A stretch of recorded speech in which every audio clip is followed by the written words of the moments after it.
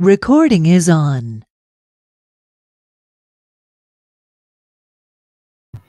Hey guys. Hi.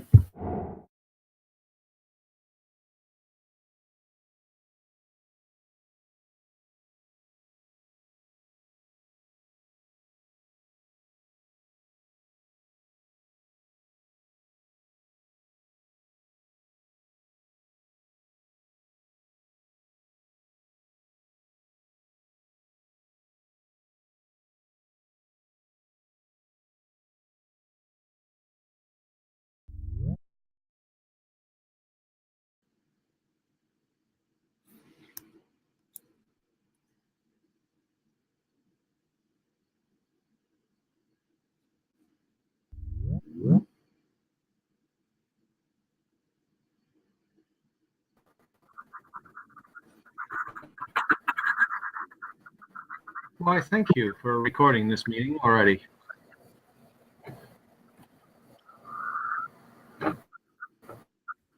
Okay. You are, of course, welcome.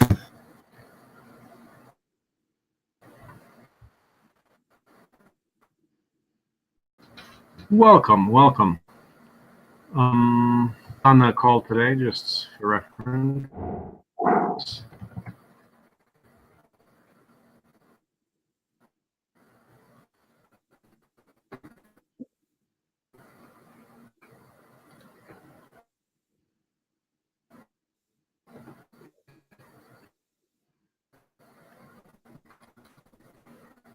You got Abe self.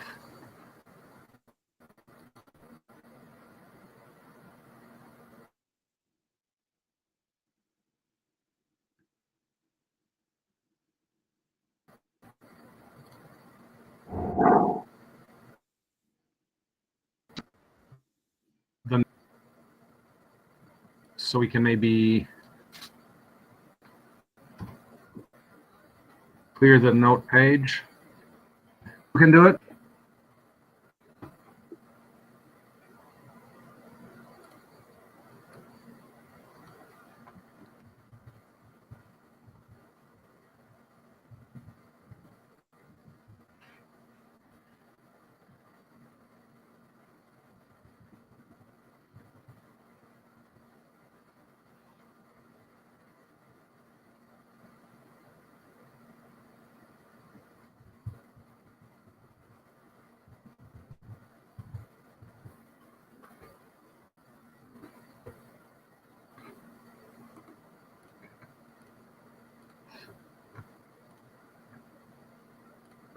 Okay, can I get somebody to volunteer for the note taking?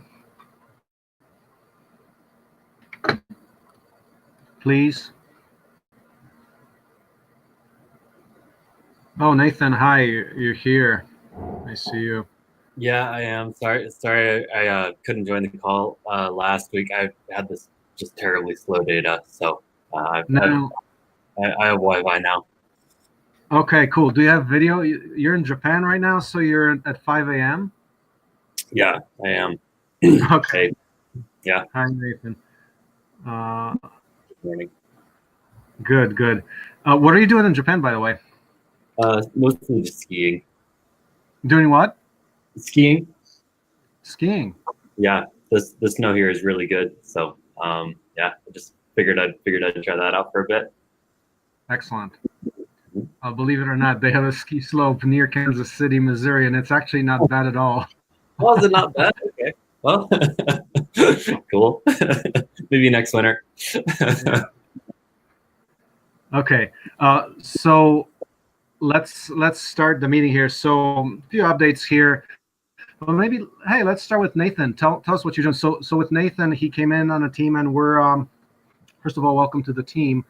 Thanks. And working on the actual 3D printable house model for the OBI build kit. So 3D printable CDCA home designs. Tell us a little more on that, Nathan. Yeah. Sure thing. So basically, for for the latest designs, I'm waiting for Katerina to post the latest designs that she wants me to replicate in the 3D scale model. I've got 2 so far, and then I'm kind of thinking about ideas for the connectors, just for like how do we connect the modules. Martin's idea was magnets. I think the scale that we're working with, which is like a 1/4 inch scale, like equals a foot in real life, that is going to result in really thin parts. So I don't know if there's magnets small enough for that. We'd probably need like 16th inch magnets to make that work. So I'm kind of thinking about a couple different ideas. One would be just like every kind of like a pin and hole connector, sort of like a Lego style connector between the modules. I'm thinking about that. That would kind of result in a lot of extra holes in the different modules, just for flexibility in terms of assembly. Another idea I'm thinking is the same kind of connector, but every time where there is a constraint joining the 2, so for example, 2 wall modules together, if you ran a Python script analyzing for constraints, and then you basically just sort of like a custom like hole and pin. I'm looking into that as well. And then our other options are maybe like there's always rubber cement, but that kind of shoots us in the foot in terms of disassembly and everything. So just kind of fiddling around with those ideas. I've put it all in my design doc, and it's all in the log. So all in my work log. Excellent, thank you. And if you click on, I just put the link to those small magnets. They do have 1/8 inch by 1/16 small neodymium magnets. If you want to put a click on that, that's definitely doable. That are also very strong, so that could definitely be a route to go. Like, for example, if you do like a hole in the module where you just simply press fit the little magnet or something like that. Okay. So, yeah. I mean, take a look at that. Okay. I'll take a look. I mean, for any wall that's like 6.5 inches thick, it would work. But we have smaller stuff. I need to look through all the modules to kind of get a better idea about. Okay, cool. I'll take a look. That's cool. Thank you. Who wants to go next in terms of a little bit of report? Anyone?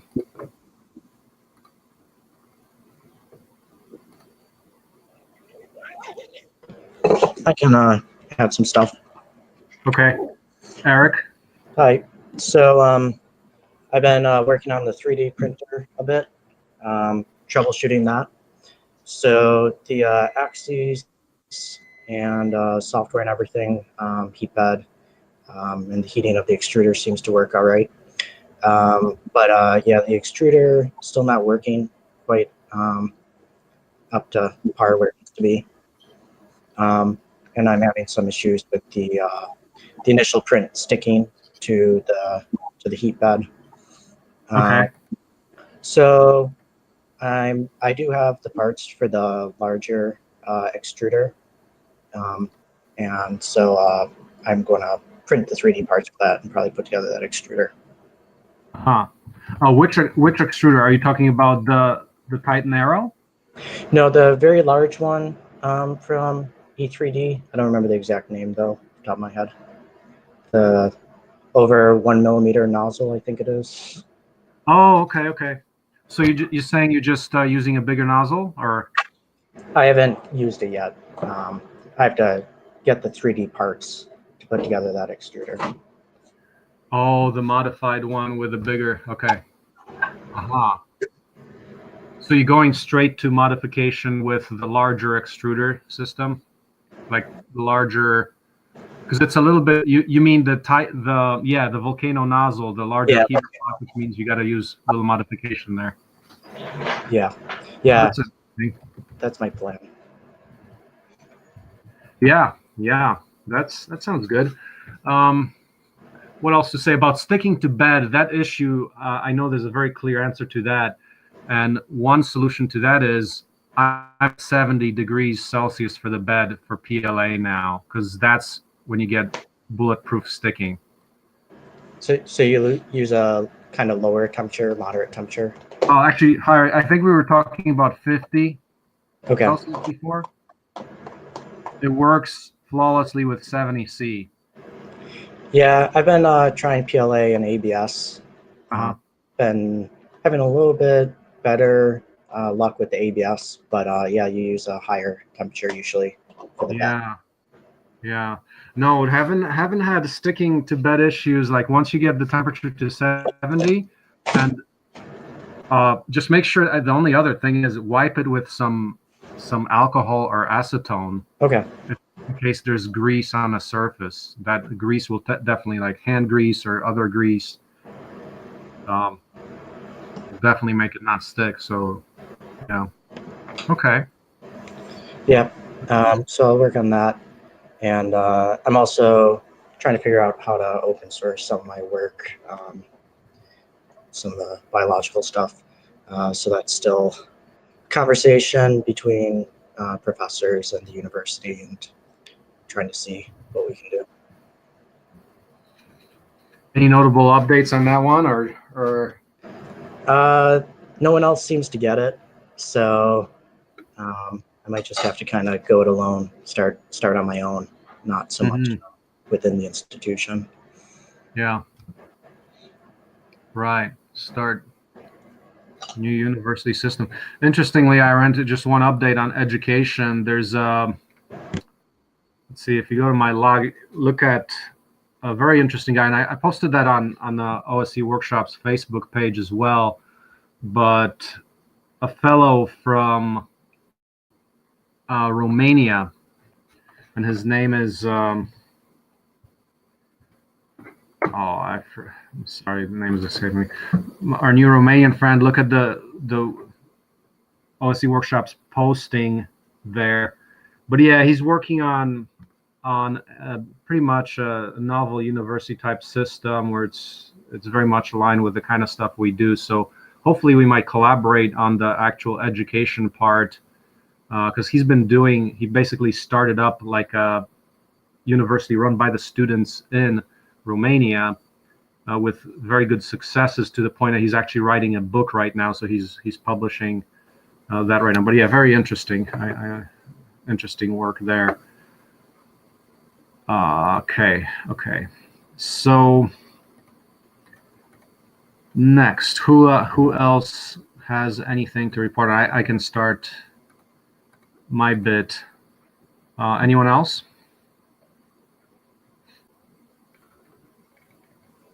This is Jennifer. I reached out to the IDEA homeschool program. I haven't heard back from them yet. And I sent a bunch of links, and ended up having to contact them on Facebook, funnily enough. And an invitation to have as many of their people, their homeschoolers, join the project. And I found an open source hackathon that I think is a regular event at the end of January. And I'm just going to show up and participate and see if I can network a little bit there. Any specific topic for that hackathon, or it's pretty open? I don't know. It's at North Seattle Community College, and I know that that they do have open source hackathons there. There's no topic that's published. So if we had something, it's only got a couple hours allotted to it, so I don't really know how much hacking they're going to be doing. But we might be able to go in with a small project. I'm looking at my calendar real fast to try to figure out what date it is. Should be. I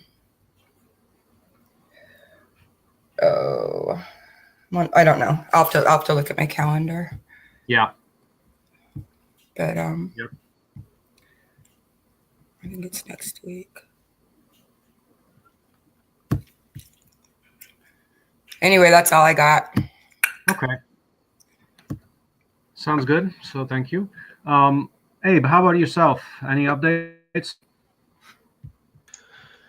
Yes, I was just working on the D3D PVC mini assembly to try to get that a little bit closer to finished. So I don't want to leave too many things hanging, but I've been working on a number of things. So I think I got that. I just worked on it to get the clamp to a point where the measurement works out so that I think all the axes are equal.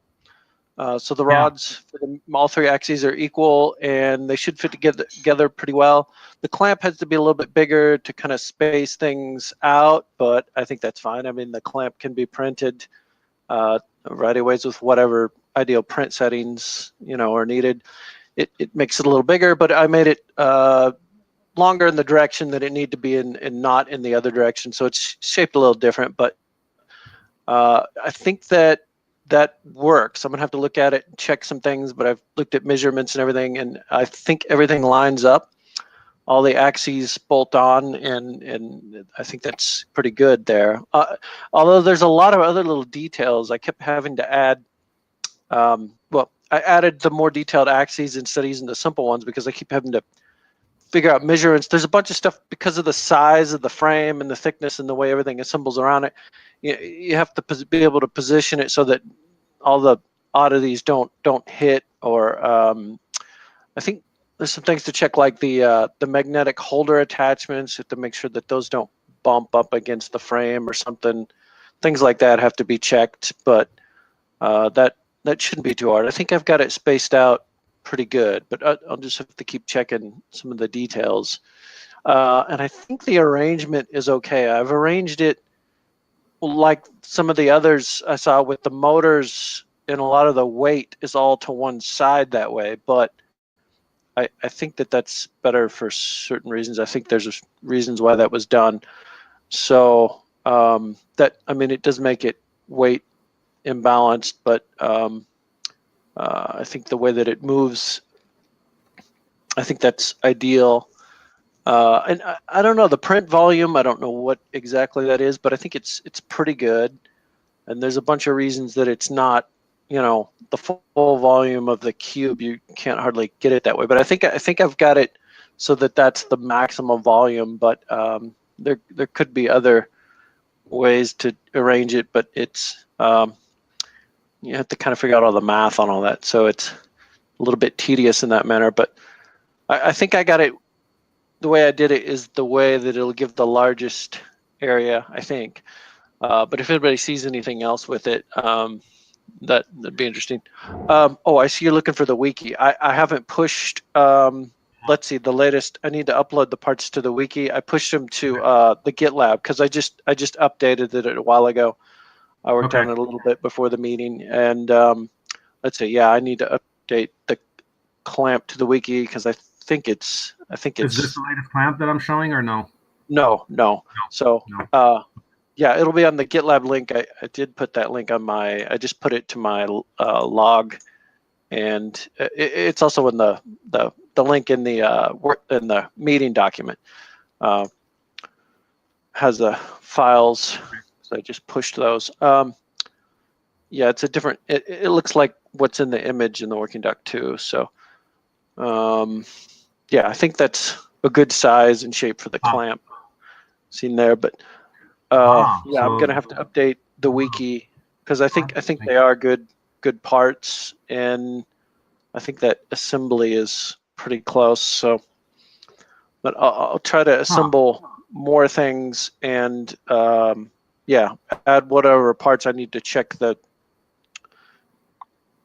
to see that there's clearances on the magnetic holders.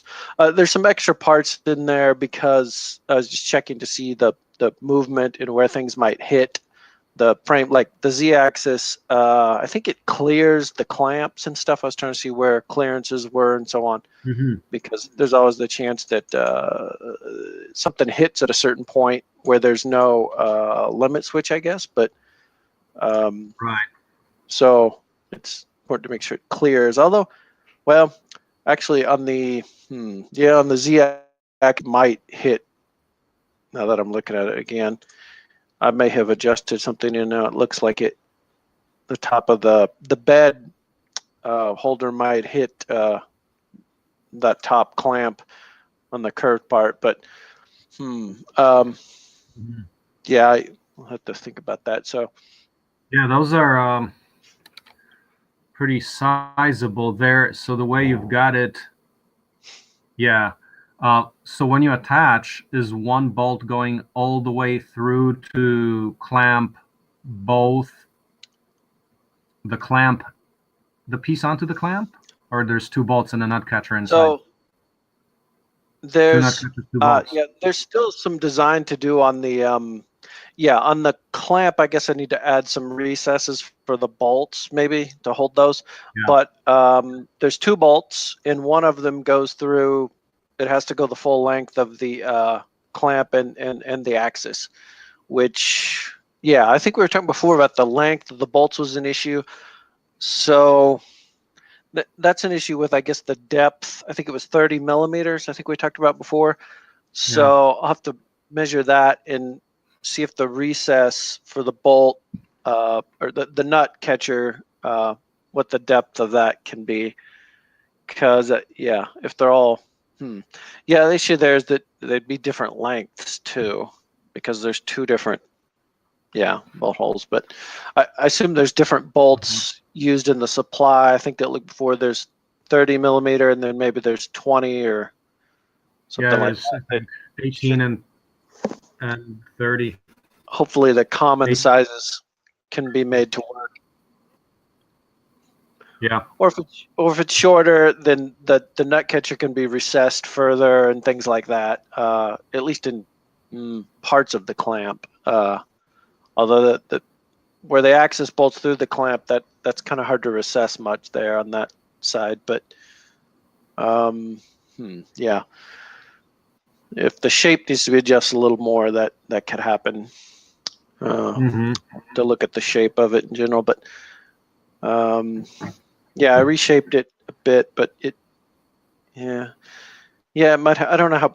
I hope that's fairly printable too. I'm gonna have to add the nut catcher recesses yet again, which I think I had before, but I kept adjusting it, so I left those out this time. But it got larger in the direction of the bolts for the axis, just to make it to space it out so that the 14 point, it's almost 14 and a half inches for the rods on the axes, the outside. So the x-axis between the y-axis almost, it reaches across, and so that's why I had to make those clamps bigger, just to make it work out to the same length. Clamp bigger? Oh, you're trying same length. Yeah, I see what you're doing. I would probably suggest that we might have to give up that requirement and work with. Well, it's probably better to have the clamps optimized. No, or right now it is close to 14 and a half inches. They're all equal. I mean that's where that works out. I mean, right now, if we don't mind the clamps being that size, they're equal. They reach. I mean, there's like a 0.0002 discrepancy, I think, in the distance between the X and the Y, whatever that is, but that's negligible. I don't think that causes any issues. I measured it so that, I adjusted the clamp by like 0.6 inches or some fraction just to make it work out. So as long as the print comes out, I think that PLA shrinks a little, so there's always the possibility of needing to adjust that more for exact printing. But I assume that that's somewhat negligible, as long as it doesn't cause the assembly to be difficult or in a bind or something. It should be fine. Do you think that the clamps can be made small, wide of the axes, or no? You have to achieve that. Let's see. I think you're cutting out a little bit. Are you saying? Yeah. Did you say that can the clamps be made smaller? Yes. Then that probably not much. Let's say change some major arrangement. I think there's other possible configurations that lower the print volume, but the length of the clamp and the bolt direction is where I lengthened it. they're pretty close in the length around the in the other directions. I made the sides as close to the bolt holes as possible. I think but maybe there's room to tweak that down. I mean, I assume that for the bulk of the length of that, you just print with really low infill or something. I assume whatever, you just have to optimize the plastic. I hope that doesn't, the clamp being a little bit bulkier, I assume they don't need a lot of strength in some ways. So I assume it can be printed with low infill. I don't know what the current infill is for the axis parts, but I assume it's kind of low. I don't know if they probably don't need much compressive strength or No. In the either direction. I mean, the whole Yeah. frame is plastic, so you know the flexibility is the issue there, and not probably less the strength of the clamp. Right. So is the summary on that point, if you were to make the clamp smaller, because we do see some kind of like potential interference issues. If you were to make it smaller, then the axes would no longer be equal. Is that the idea? I think that there's different ways you can make the axes a shorter length, and that just reduces the print volume. I was trying to maximize that. I think that the next sort of size down, if they're made smaller and they're made like if you turn the clamps so that the bolt holes line up different, like if the clamps are turned kind of in towards each other, so that the next smaller size would be quite a bit shorter, and it would reduce the print volume. In other words, the clamps kind of right now, they're kind of turned in a symmetry. So like on the Z-axis, the bolt is on top, and then above the frame, it's bolted on top above the frame, both at the bottom and the top. If they were turned, I think kind of in a different symmetry towards each other, so that it's shorter, it's 2 or 3 inches shorter, and I think that ends up reducing the Z-axis and the other axes quite a bit. I think, let's see, the distance on, what is it, 2.6 inches on the clamp one way and 2 inches the other, but I think it's somewhat the distance between the bolt holes on the axes. So if it bolts through, say at the top of, I guess it could bolt at the top of the motor mount instead of at the bottom. So it would be that much shorter. I think that's like 2 or so inches. I can't remember. And so it ends up aligning with the shorter distance. But I think you end up with quite a bit of less volume. So mainly in the Z direction, I think. Would you summarize it that then the issue for doing that is not that you can't, but the volume will be reduced? Yeah, the volume looked pretty low once you do that. I mean, I don't know if it's 6 inches or I can't remember at the moment. I think I kind of estimated that out. But yeah, a 6-inch cube volume, I guess, is not terrible for a small printer. Probably better to have it, and the Z-axis, I figure, is one that's potentially more important in some ways, maybe. The bed is always... This frame right now, is the rods, are we talking about rods being right now 14 inches and the frame being 12 inches? Yeah, so I stuck with the original frame shape, which is about 12 inches, and 14, almost 14 and a half for the rod length, which I think works out pretty easy to cut. Yeah, indeed. Pretty cool. So interesting part about this is you take yourself some PVC pipe, you cut it, you can print the corners, you can print the connectors, you can print most of what you see there except for the rods, and so that's pretty cool. So yeah, good work. Keep keep going at it. As soon as you think you got the final thing, let's just print it up, see if we can make this frame work and how stable it is. Definitely a worthwhile idea, because going on remote workshops, carrying the metal is heavy. The metal is heavy, about 20 pounds per machine. So having just lightweight PVC components and then sourcing, say, PVC pipe locally, so we go traveling to do a workshop, that would be easy thing to do. Yeah. Thank you. Abe, what else? You've got some more stuff on report on let's see. modularity. Yeah, I think we've been keeping up on the press code. I think that's pretty good. I kind of emailed some back and forth about that. I guess you've been testing the Power Cube, so maybe you have some updates on that. I mean, I think we know where we're at on the code. It's pretty good, I think. But I read some of what you were testing, but I may need to have a better understanding of that. Okay. But so let me maybe take this time I'll cut in then to continue where you left off. Facebook here. So please, sharing the screen right now, right? You guys can see my face, so I'll talk about a couple of things. First comment is Power Cube modularity. This is our tractor right now. It's pretty cold here. Today it's 17 and -12 at night, Fahrenheit that is.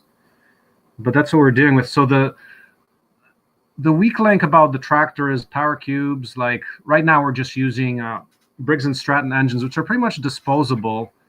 I mean, they don't work for a long time. I think the solution that I recently got pretty excited about is actually things like the Changfa diesel. It's a one-cylinder diesel up to 27 horsepower. It's like the Lister engine, but the tighter, higher power version of that. Listers being historically very robust diesel engines, basically, historically speaking, they were used quite a bit. And today you talk about more advanced diesel engines, but what's the solution for OSE for the long term? Well, on one side we have modern steam engines, which I do believe there's a lot of hope for that. But if we want raw power, like right now, one solution is to make the Briggs & Strattons more replaceable, and a second immediate solution is to go to things like the Changfa diesels, which I think are a great candidate for an engine to actually open source, meaning that you're actually milling out all the parts for a simple diesel engine, where the hardest part to make would probably be the diesel pump. Okay, but with what I have here on hand, this is what I did recently. So I had to replace a Power Cube because the Power Cube went out. It started firing on one cylinder. So there you go. Took the hoist to the tractor, removed this. This is hard work. I just did that myself, so that was hard work. But with a hoist, it's doable. You can take this. The Power Cube weighs about 600 pounds probably. Well, maybe not, maybe like 500 or so. Heavy frame around it. But next we talked about, there's a page on the wiki that summarizes it called Power Cube modularity.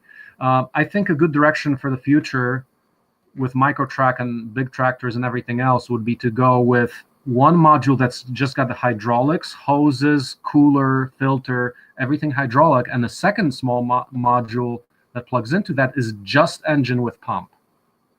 So think about the just engine and pump being easily swappable.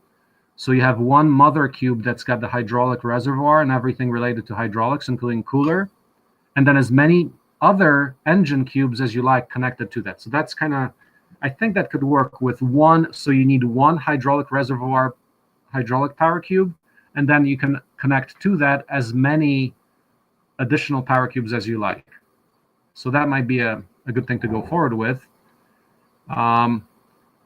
And as we go into the future with the microtrack is very near product release. I mean, if you go to, look at the wiki page called microtrack V1710. So the last build was in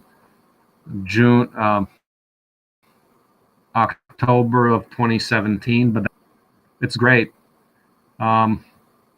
Works well, and some minor refinements need to be made, such as maybe hose routing, because you see the hoses are all over the place, but that's a good deal.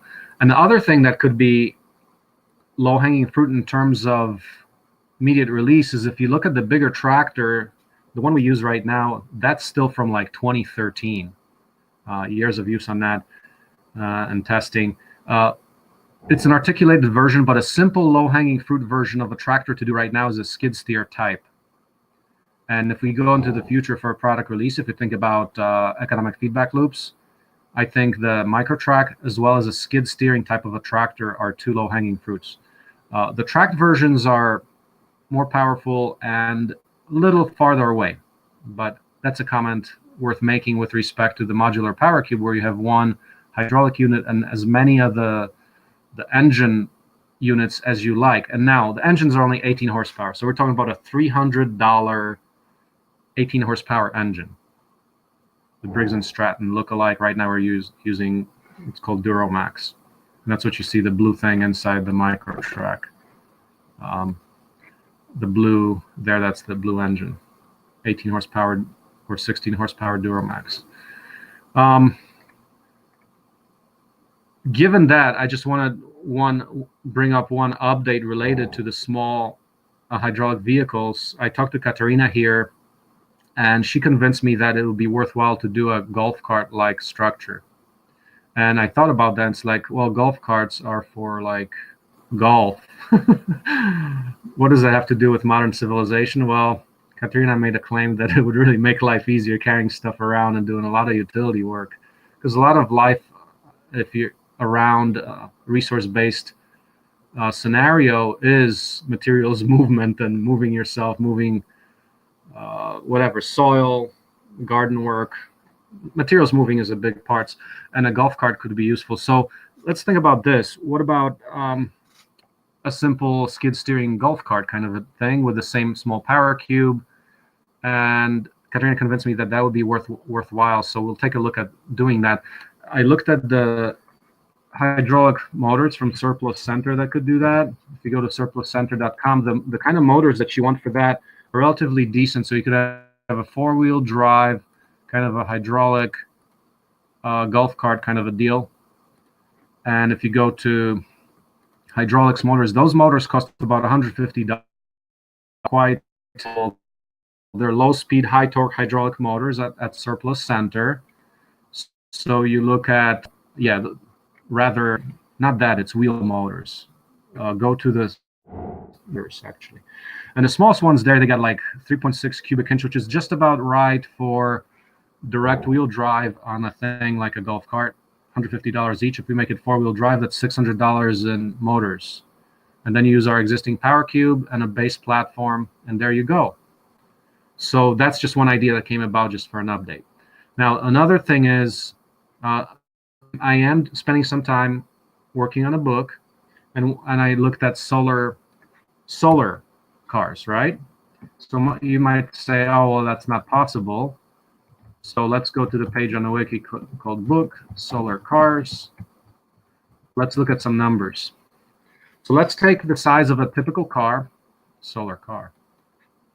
The car is about 6 by 16 feet. So the question is, if you took that base area, how many solar panels can you fit on that? And I said, okay, well, let's take it 8 feet wide. That's still street legal and the same length as a car, 8 by 16 feet. You fit 1,000 watts of lightweight, flexible solar panels, which you can get on Amazon for $100 for 100 watts, so about $1 a watt. Okay, that's great. So let's take a look at some calculations for what a solar car would look like. Is it feasible at all?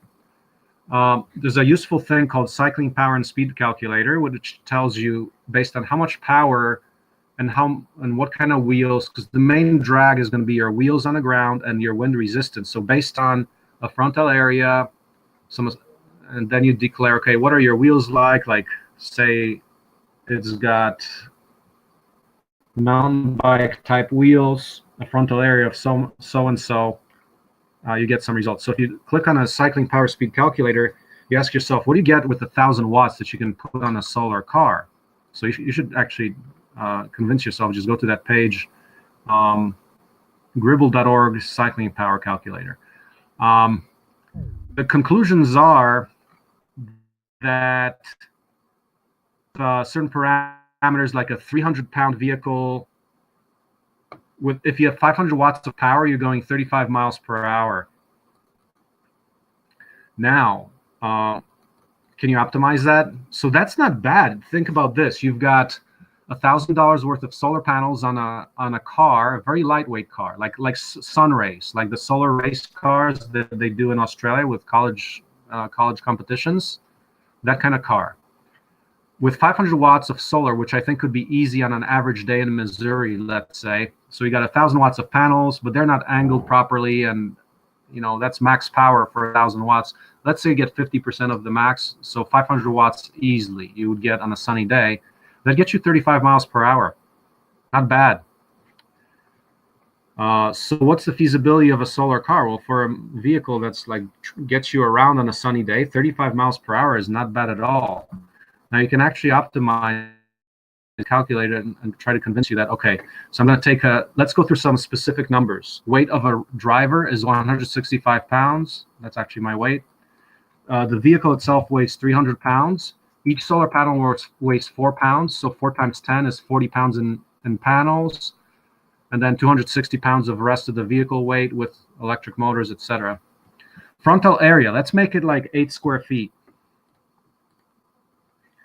Coefficient of drag. If you look at coefficient of drag, an airfoil, like the most efficient cars are 0.2.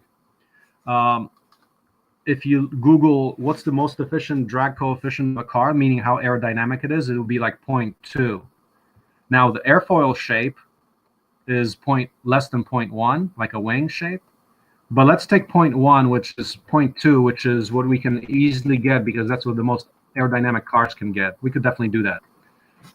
And then coefficient of rolling resistance is the only other main parameter we need to know there. And 0.005 is that for like racing bike wheels. Let's say mountain bike wheels are 0.01, because that's, if you Google, that's what you get. So we've got 465-pound vehicle weight with the driver, 0.01 resistance of rolling, and the coefficient of drag turns out to be the biggest affecting factor because the wheels were pretty good. We can do 0.01 wheels on the coefficient of rolling resistance. And then the drag is, I found just playing with this, that the drag is the biggest effect on how fast you're going to go for a given power. Because we're talking about a solar car.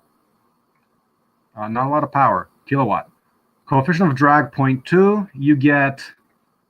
you type that down there, solve for specific power and speed. So say you got 500 watts, which we will have at high noon in Missouri.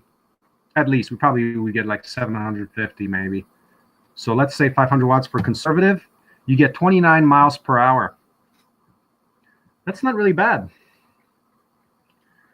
You can possibly think of decreasing this with like the front surface area. So it turns out it doesn't change much. Like if you change that to 4, 500 watts gets you about 34 miles per hour.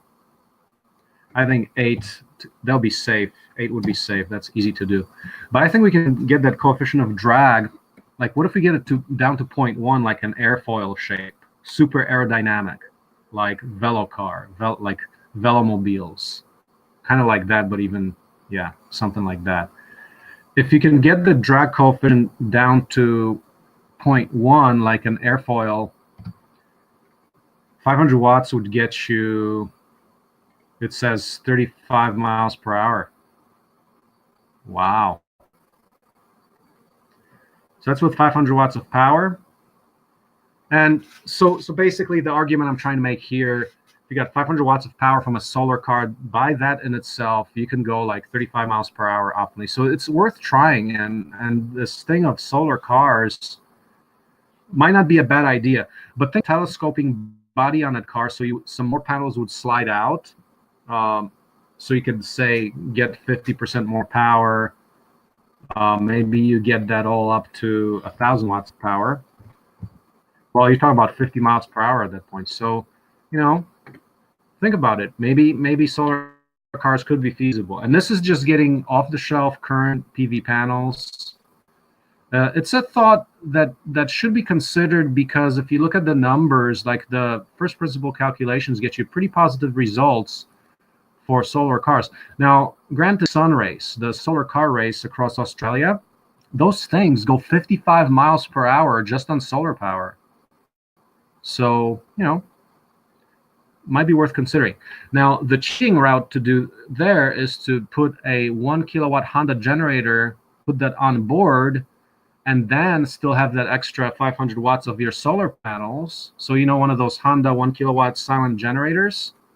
Well, if you have 1500 watts of power, wow, you go 60 miles per hour. So these hybrid solar cars could be a pretty attractive option. Like if you have a very small generator on board with you to augment the solar power, I don't see why that is not completely practical transportation that would get you hundreds of miles per gallon equivalent. So some solar, some liquid fuels. Okay, that's enough on that. I just want to put it up as... I posted, Martin, Yeah. I posted a Yeah. link. I think there is some German company who also make, they want to create electric Oh, car, and they also put some solar panels on it. oh, cool. Electric? Sonoma?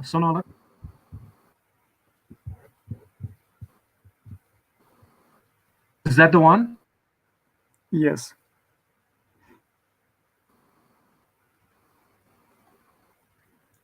First mass-produced electric car can charge 16,000 euros.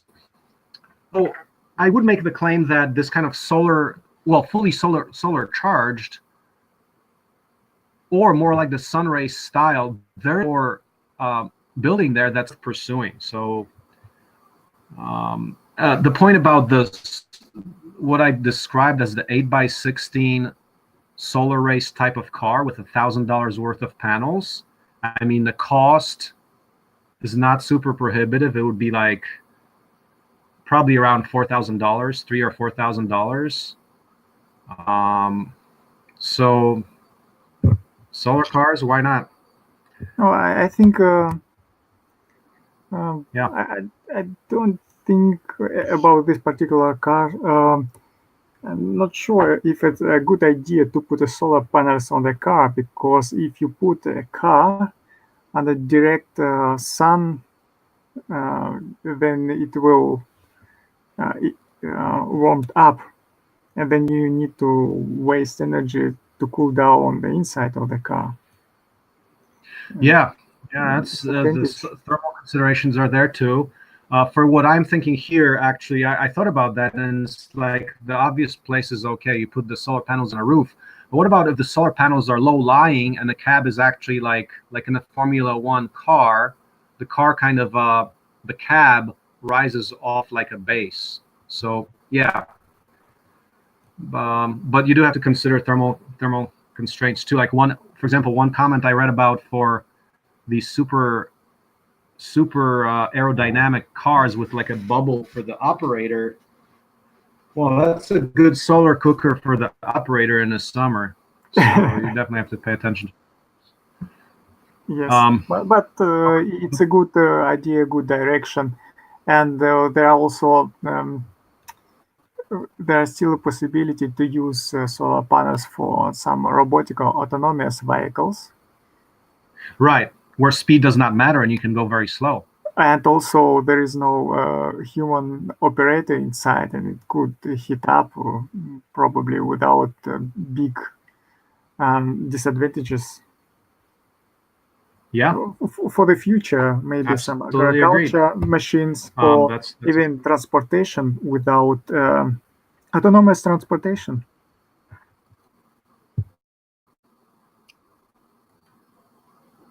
Sorry, what about transportation? Maybe in the future you can use these small solar cars to transport stuff, but without actual driver, human driver. Oh well, that's exactly it. In cases where speed does not matter, or the fact that you have a perfectly functioning car that goes 25 miles per hour. I mean, with autonomous Yeah, that is completely feasible. Where that now you have like this transportation grid that's autonomous and 100% solar. So that's You can send some packages to your neighbors. Just put. absolutely. I mean, that's already happening. There's already companies that have autonomous vehicles, but not solar. I don't think any of them are solar. But yeah, it's just going to happen in the future. I hope not, because if now this idea will be published and no one is allowed to patent it. Already recorded this video on a wiki, so it can be patented.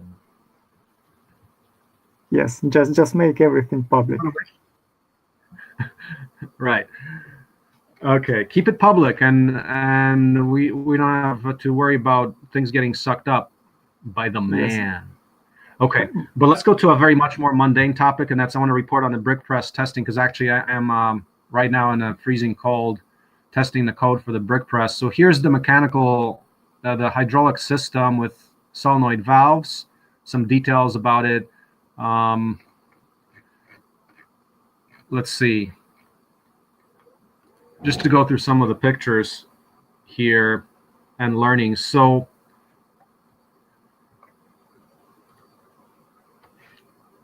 yeah, overview of the whole system. So here's the pressure gauge on this. So in this picture here, I'll just show this. This is actually building this. Here you have the inlet with a quick coupler. The fluid flows through the system here, and then that's the outlet, quick coupler here. So these solenoid valves are electrically controlled by Arduino, and they control the cylinders in the brick press. Here we have the pressure gauge, and that takes 2 signals from the Arduino to measure pressure when it's high. Here's a pressure gauge to show where you are at pressure. We are running about 2,500 psi. Here's a bypass valve. If you have a high pressure event, the fluid can bypass, so it's a safety feature. But I do want to report on a code. So we were, Abe and I are kind of working on a code in the background there. But yeah, the learnings are that, yes, the routines are working. Just subtle details like the idea that when you measure pressure, you have to debounce the signal. Debounce is a concept where you have to measure a signal twice just to verify that the reading is correct. And that's typically done with when you turn things on and off, because you might get weird signals if you don't, because the microprocessor measure things so fast that if you do a point measurement, it might be a transient event. So you measure that twice. Now, the practical ramification for that twice measurement, called debouncing that signal, is that there's a little delay. And in the loop, the Arduino code, because the loops run really fast, they probably run like 1,000,000 times a second for the control code loop. So the thing that I learned, and I just had to shake this down, but one thing you got to do is the code correction in there is you have to put a delay between the steps that is longer than the debounce time. So I had to add that to the code to make it work properly. But right now it's working, and continue to shake that down. Got some video. Not really, I didn't take video of the machine running. So continuing with that, if you want to take a look at what that code looks like, the work document still kind of represents this pretty closely. So here you see the design and the concept, and what you saw there were the actual real parts in real life. But this very simple system of the simple Arduino with a single solenoid relay shield and a few connections and a selector for brick thickness. Yeah, that's all you need. It's very simple, much simpler than the controllers from years before, which had dedicated boards. So this is working, and I guess kind of like the latest. I think we'll pretty much will stick with this because it's accessible anywhere and ready to be built by off-shelf Amazon components. So pretty easy.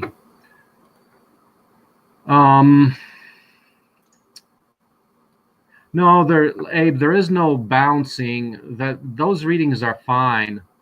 But the thing was, which kept confusing me, because what happened was I tested the code to test, okay, so let's bounce the, move the cylinder back and forth until it hits high pressure. That means it has to reverse direction. What happened is it looked like it worked, but sometimes it would bounce like twice. I was like, what's going on there? And it wasn't the debounce. It was actually the fact that you need a simple delay loop. Like if the debounce time is 20 milliseconds, you might do a delay between one direction motion and other direction motion by more than 20. So I did like, I actually tried debounce time of 50 milliseconds and a delay time of 100 milliseconds. I'm going to work those down probably to like 20 and 30. I was just making sure it worked. Okay. Going from, yeah. If it needs to be longer, that's always a thing. And there are ways to do it, certain timing things without the delay, if necessary, in certain parts of the code, because I know the delay, obviously it holds up the processor. It stays within the delay function. It's kind of a loop. But I think the way that the machine works, the delays are okay because you don't need to do anything simultaneously. Yeah. Usually. The delays are not a problem. Yeah. As long as the delay is under a second, because 100 milliseconds is perfectly fine. But if you're pressing, so the real figures are 5 bricks per minute, 5, 6, 7 bricks per minute. Well, if your delay gets to the point of like being 1 second, every cycle, pressing cycle has maybe like 5 or so pieces of motion. So if you had a 5 seconds delay every cycle, that starts adding up, right? So that's wasting a lot of time. So if it's 0.1 second or under, you're not wasting time. The question is simply how much dead time do you have in the whole process? Yeah, I mean, so obviously the main delays in there are really when the machine, the bigger ones are when it's operating, because that's how it's actually being timed. Well, the delay is until the pressure is reached, I guess, usually. So yeah, I mean, it works okay that way, I think, with those delays. And I didn't think the 20 milliseconds was significant, but if it needs to be 100, that doesn't seem like a lot. I think 20 milliseconds is good, but since I was still shaking it down, I was seeing some weird stuff. I think 20 milliseconds is perfectly fine. Now, there are other ways to debounce too that would maybe take more or less time, or you could check multiple times. There are other little algorithms that do it different ways. That they exist. You can find them all over the web, because sometimes those switches and things, they're just harder. Certain types are harder to debounce, or some switches are more problematic as they age, especially those tactile buttons. And I don't know about the noise on the other switch. Sometimes if it's a problem with the bouncing, which it doesn't sound like it is too much, sometimes you really need to put a scope on it, see what it looks like, and pick the right algorithm. But I would think that'd be too much of an issue there. If it needs to be debounced, a third time or something like that, another 20, 50 milliseconds or something, that sometimes can be better. Just average it out more. Yeah. We're okay there. But the surprise for me was actually, the code from 1708, the way it was written, we had to add those delays. The bottom line being, so here's the explanation, and this is kind of tricky. It was actually a learning for me because I thought we had it bagged. So you do the debounce, you do the measurement, right? As soon as that measurement is made,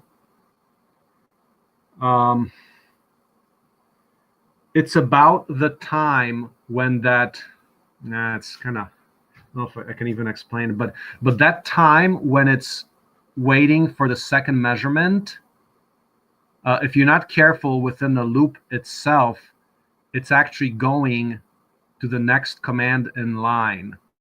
That seems like that's what it should do. But the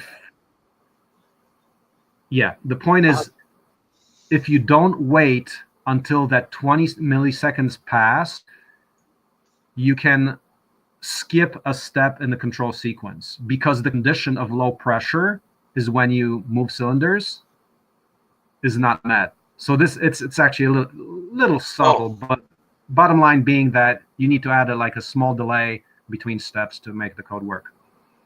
Okay. Well, maybe there could be a different logic or function or something. Okay, so Abe, there's different logics we can use, and that made me think, well, maybe that's why, like when we did the code, because I know Zach and other people, when we did I know when Zach did it, he had a bunch of case statements and a little bit more complicated Arduino construction. In this thing, all we tried to do, like, because I want to have any user be able to modify this code. So all we're doing is sense sensor, move cylinder. Like no funky loop constructions like case in case of this or that. Like you can get advanced with the code syntax, which is so-called the proper way to go. But you can also make it very simple where it's very linear and structured very simply, namely detect and move. Like no special constructions of case statements and blah, blah, blah. So by keeping the code very simple, we can still make it very simple, but we just have to put this little delay in there, which is still very simple for a user because it's just delay 50, delay 50 milliseconds. So Okay. There's different ways to do it, but the goal for us is to keep it so simple that a novice user can actually look at the code and understand it just by looking at it. And because the definition of simplicity basic commands there can be different. Say it again? I think the definition of simplicity is going to vary. So I think it seems okay with the if-then branches and all that. And when I kept looking at maybe some case statements or some other functions that would return numbers, and then it would do the different steps by number and stuff. I tried some code to look at other ways to do it, and it didn't really simplify or shorten the code that much overall. And because the steps and different things are so unique, there really isn't a lot of options to write it or make functions that are that reduce the complexity. So when you have a lot of unique steps, you just have to write code for each one, and that's why we have all those if-else branches. But I think it's okay. I mean, there's ways to write. I guess one way to say it is to write it modular and keep the loop real simple and write it so people don't have to understand some of the other functions and things. That can be done more, but because most people, if you write lots of simple functions, if that's necessary, then people don't necessarily have to know as much how the functions work, and they can just reuse them in the loop or just adjust the numbers and things like that, because that's really all anybody needs to change. It's not like the logic of the steps is really going to be changed that different. It just can't. It's the order of operations. So yeah, that's right. So we're keeping the code basically very transparent right now and things like that. So I think that's about it. So you want to add anything else?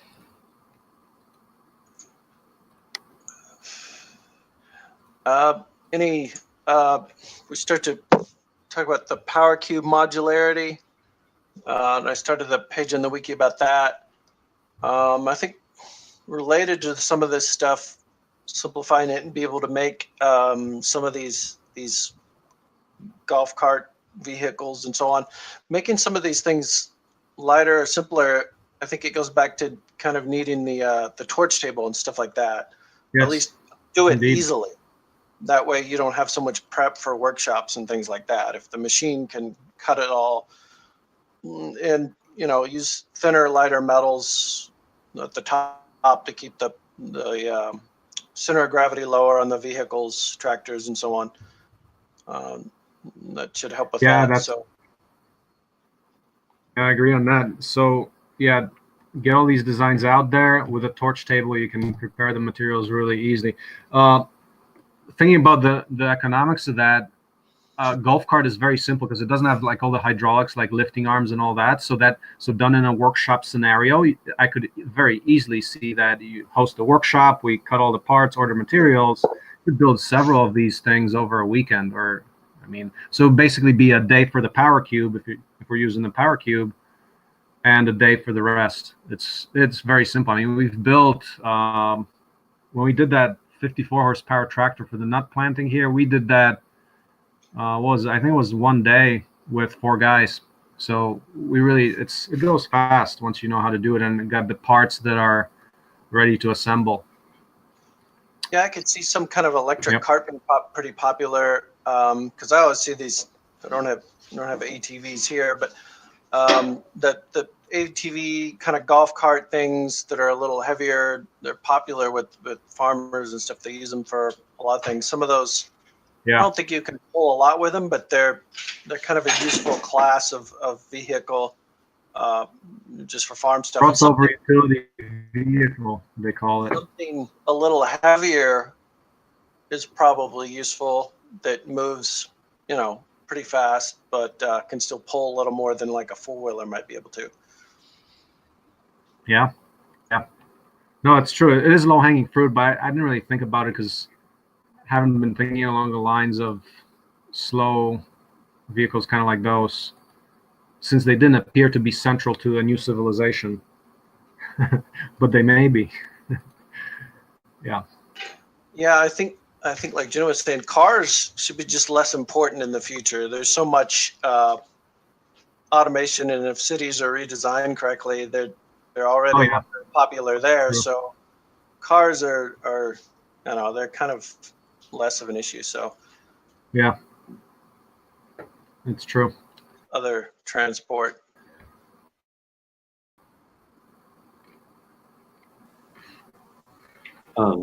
Martin, I had a question about the status of the fellowship.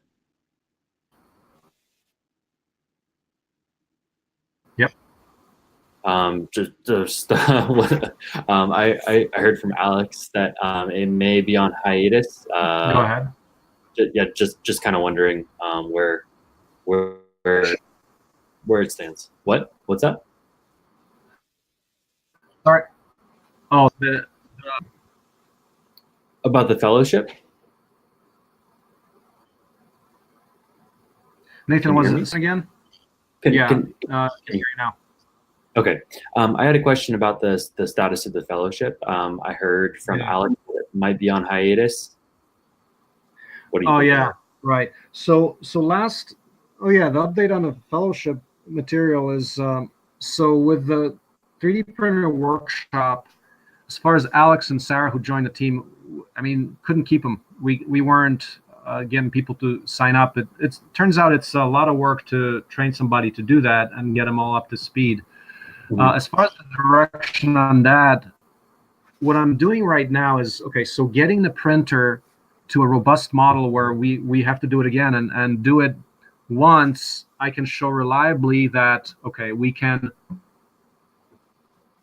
do workshops, populate them on a regular schedule, Mhm. do also the teacher training for OSE clubs and the professional education training where there's simply a revenue model that's proven and worked out for a regular basis. Because to date, our workshops have been somewhat irregular, and we're really still trying to nail that as far as an economic model that can really pull through.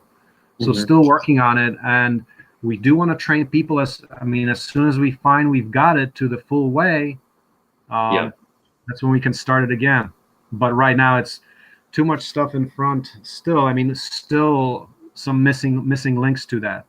I think part of the keys to success there would be also having the larger printer developed, like the meter scale printer, because that is such a much more powerful product in terms of, one, you can charge more money for it, and there's not a lot of people making those, and we're in a pretty good position to be making those because our system is scalable. So that's one, but also the other part of the filament maker infrastructure, which is still not at 100%. We're still working on that. While we have shown it the stuff, we don't have anything like commercial, like until we get to the point where we can reliably make filament that we can sell, we're not really there yet. So I think a couple of elements are missing, but still working on those, and that is a priority because the 3D printer and education around that for STEM, for schools, for getting kids involved and getting people prototyping, like we talked about scale models last meeting. That still is low-hanging fruit, and 3D printers are not going away. They're getting better and more capacity, so that's still high priority. Got it. Yep. That's cool. Thanks. Yeah. So that's where we are there. Okay, so let's call this meeting now. It's 3:10, and it's I'm reading Abe's comment. It does seem small missing pieces do hold up the business side of things, and that's absolutely true. And I think the learning is we're just finding out that you can have a product, but to go from product or a working product to productization or marketing and the actual enterprise aspect, man, totally different story. It's like, I would say that, okay, yeah, you can have that product like at the state where, say, the 3D printer is right now or the brick press is, but to do a viable enterprise, it seems like 10 times more work because you got to have all these other assets in place. So it's true. The learnings are to take a product from something that works as a prototype to a full commercial release is huge. I actually wrote a page about this. It's called the Stages of Product Release, I think it's called on the wiki. Let's just maybe wrap up with that. Stages of Product Release. Let's see if that comes up. Martin. Thinking about this, and it's like, man, yes? This is just so synchronistic. I am going to a seminar Wednesday night called Navigating the Stages of Building a Hardware Company. Right. That's the deal. So stages. So see the page called the Stages of Product Release. So there's 11. I put down 11. First is concept. Second is prototype. Now you got to get into the partial releases like pre-alpha, alpha, beta, and release. So pre-alpha is feature complete. Alpha is feature complete and actually replicated in-house. Beta is where it's feature complete and you freeze the features, don't add anything more, so you can get a release where it's released for consumption. For consumption, it's not commercial yet. I would say pilot is where you actually test that you can replicate that in an significant way. Because what we're finding out is that we can release stuff and nobody replicates it as a business. We can, we are starting to show that we can make money and support ourselves doing it, but then others can't. So pilots would show that others can also do economic significant work from it. Then you get into production engineering. That's when you're developing the efficient production where it's not good enough to do. So for you to be able to build one, you have to consider, okay, how do you build one or another one tomorrow, another one the day after? Regular production. So that means you have to optimize everything and get very refined ways to do that. That's the production engineering phase. And I can say we're at the production engineering phase with the 3D printer, I would say, because we're working out how to deliver kits effectively on a regular basis and how to deliver workshops on a regular basis. Then you can have something like franchise, license, white label development. What's that? Franchise is one, like our license is that you can replicate our stuff for free, but you can't use the name open source ecology with it. So that's one way to franchise. Another way is to license stuff. So actually, interestingly, if we bring this up, and I don't want to get into this right now, but Dave Lee from the Shenzhen Open Innovation Lab, he wants to license the D3D printer to sell under the OSE / Shenzhen Open Innovation Lab label. That's actually currently in progress, but licensing things, meaning that they are able to use our name, our brand called Open Source Ecology, which has a certain reputation with it, and they would pay us for that. So that's one way where people are replicating independently, but it would help if we can actually help people develop turnkey enterprises doing our work. So that's the next level after production engineering. And that's kind of like what we tried, you can say, with the immersion program to really get to the franchise level, but it's like, I think that's actually a little down the road. So then at step number 10, you have stable enterprise. So it's getting out there, people are replicating, and it's actually getting economic traction. And then you go to stage 11, where you actually have documentation and improvements to the point where everything is in place. So things like, oh, you can have a workbench in FreeCAD to design a turnkey new version of your 3D printer, or like full support, full documentation, maybe full model kits where there's tons of kids playing with these things as scale models or whatever kits. Is the ultimate where you see that this thing is starting to dominate. Known examples maybe. Hold on, let me just finish this. Maybe you can say that viral replication is a 3D printer. Like those guys went viral. They make like 8,000 printers a month right now. So that's kind of like the last thing. But in theory, if this is taking the full effect of open source development to what open source can be, it will be like Linux, where it becomes viral. It dominates. Linux right now clearly dominates. That doesn't happen for nothing in hardware.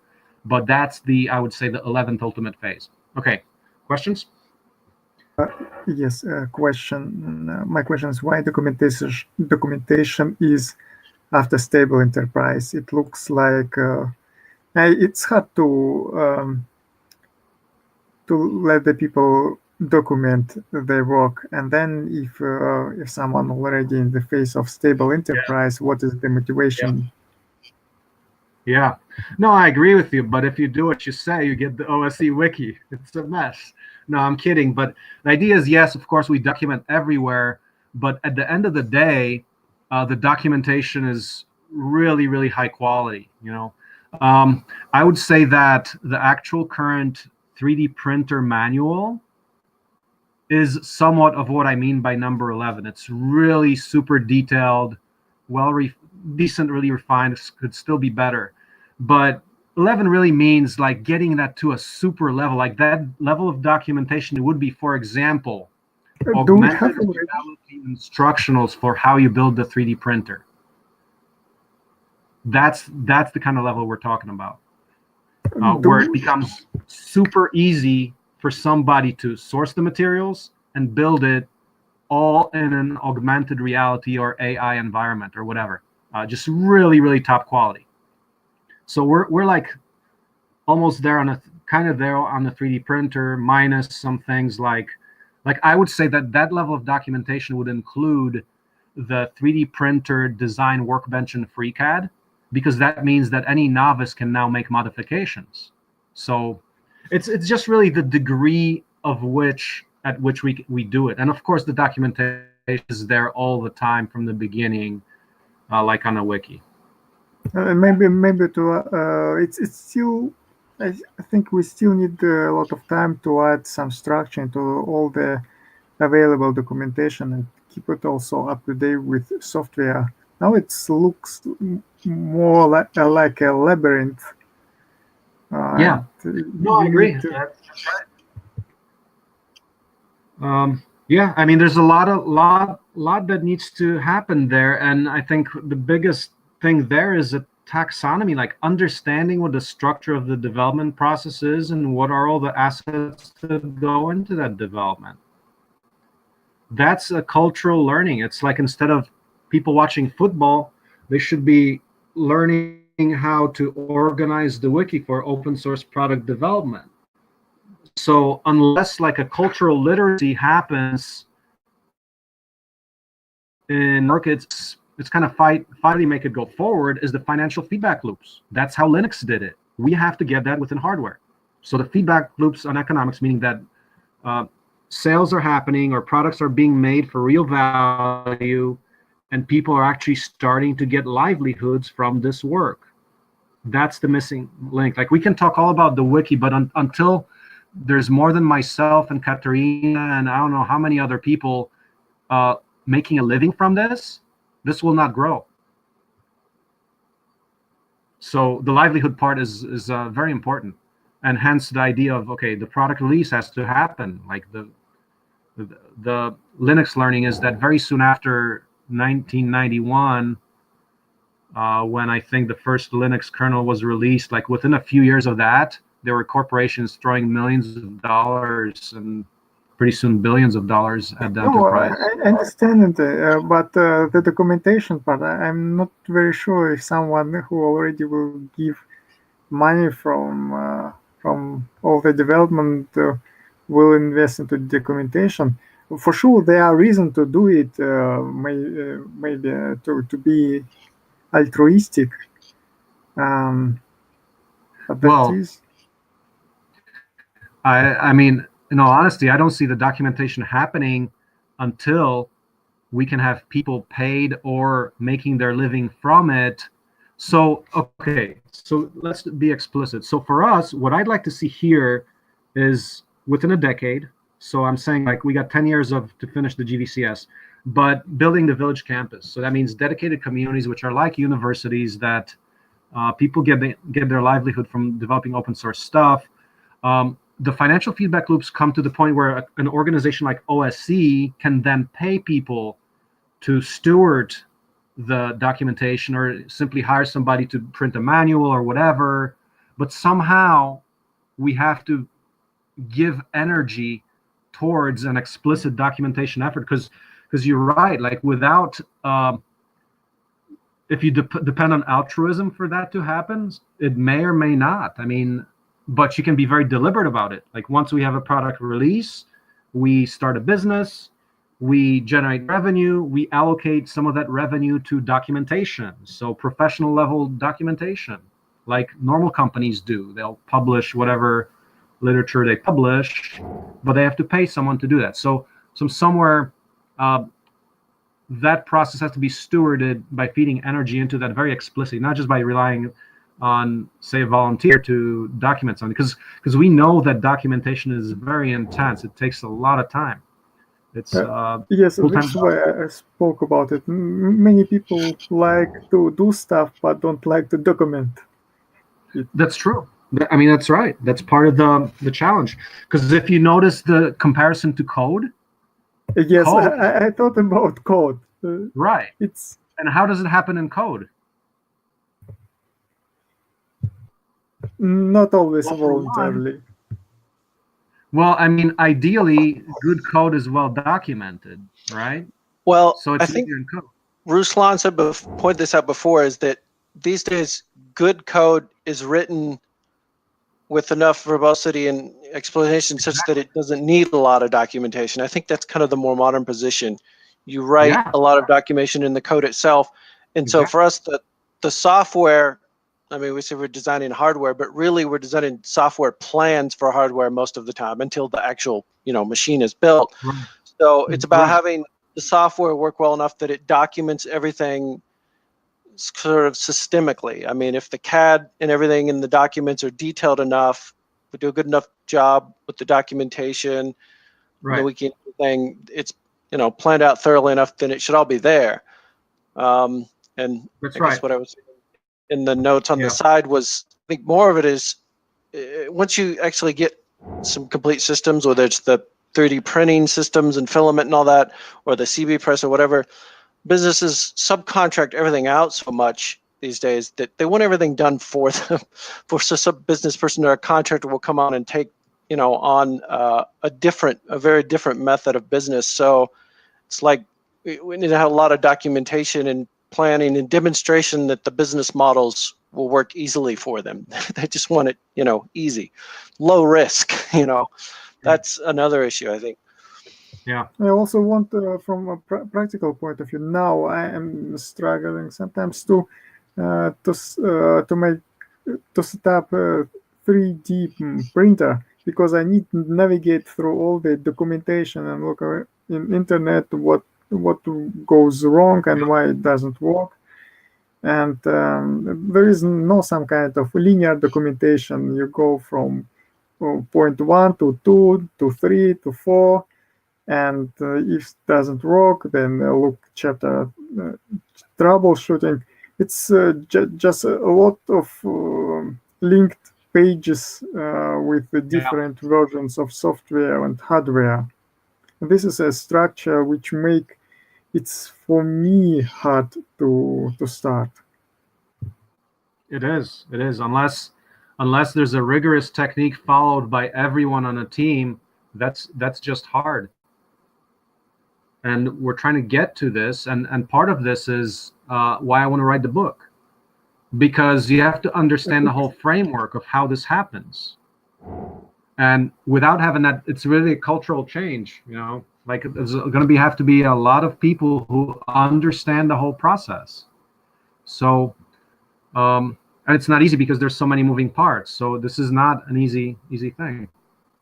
Yes, and also from didactical point of view and from writing point of view, how you structure your thoughts and ideas in such a way that it's easy to understand, as easy as possible. It costs a lot of time and effort. And Right. you need experience until you get to the point that you can write stuff which contains dense and easy digestible information as far as possible. Right. And the thing about the wiki, like the wiki is a mess, of course, right? But it's got a lot of content, but it's precious waste because, like precious plastic, it's precious plastic because the thing is, you put a layer on top of that of organization. So you take that professional information architect or someone who really understands the didactical point, like you say, and understands how to structure information. They can come into the project and they can simply start organizing stuff. So there's many different levels. That would be like the maintainer or the organizer or the editor of the wiki. But right now, we could use all those people, and that's needed. So the foundation we're building right now is good, but it does need a lot of work or reformatting or rework, just organizing it into a higher state of development. Okay. Yeah. In the hardware case, like imagine, like the way I think about hardware is, okay, there's just to give you the framework of how I look at it, it might help you. There's a bunch of mess on the wiki, but whatever is on the wiki doesn't matter. What matters is at the end of the day, a thing that is built that serves a real purpose. So for example, if there's an instance of all that, like all you will need regarding whatever, tractor construction set, power cubes, hydraulics, automation, this or that, will be embodied in a single instance of that, such as an autonomous tractor that you can see in physical life. And then you can take that physical artifact and say that, okay, if the nuclear, whatever, magnetic pulse wiped out all the wiki, then you have that physical artifact, and from that you can reconstruct the whole information base around that. So that all that information has to be translated into physical artifact at some point. And I like to think that the physical artifact is a summary. That's like the summary of all the information that happened before it. So I don't know if that helps, but that's kind of how I think about the mess with the documentation. It's all okay as long as I can build myself a professional grade micro tractor or a printer, whatever. And because we know that if we have those artifacts, you can bring in the people that can then extract all the documentation and put it on the wiki and put it in a really digestible form. Yes, and pattern language helps with that. Who said that? It's all about pattern language. So once we understand the taxonomy in a pattern language, it's a piece of cake. But together is not easy. I mean, first of all, it's to understand there's a structure of technology, like a pattern language for technology, or like pattern language for architecture, like Christopher Alexander. But once you start seeing the patterns, you can make more sense of it. Okay. But let's leave this here. This is a very complex thing. We're working on it. I'm hoping that the book will actually help shed some light on this thing, because I mean, that's all I do that's all I do with my ample spare time. But I do recognize that the way we're going right now, we're not going to be done in a decade unless there's a major change in what happens. And that change is going to be economic activity around this and the cultural literacy around it. So the economics come from real products. The cultural literacy, I think, can be really enhanced by me writing a book, because this is not something I can do myself, obviously. And we need much more coordination than is currently happening. So there's definitely a lot that needs to happen. With that said, let's take it to the next meeting in our ample spare time. Okay, guys. Well, thanks a lot, everybody. And so next meeting, next Tuesday, 2 p.m., same time. We'll continue the discussions and progress. Thanks a lot. And Jennifer, please record this. I don't know if you can send me a link. I don't know if you sent one to me, but please send me a link with the recording so I can post it on OSE YouTube, Jen. So thanks a lot. Yeah, they're in the they're posted on the dev page, on the devlog. Okay, thank you. And I'll get to that. Is it easier if I just email you links? I can email you links. That is absolutely. Yeah. I will email you. I will email you, Marcin. Thank you. Not a problem. You are so welcome. Thank you. All right, Jen. Thanks a lot. Thanks, everybody. Till next week. Thanks, guys. Thank you, guys. Bye-bye. Bye.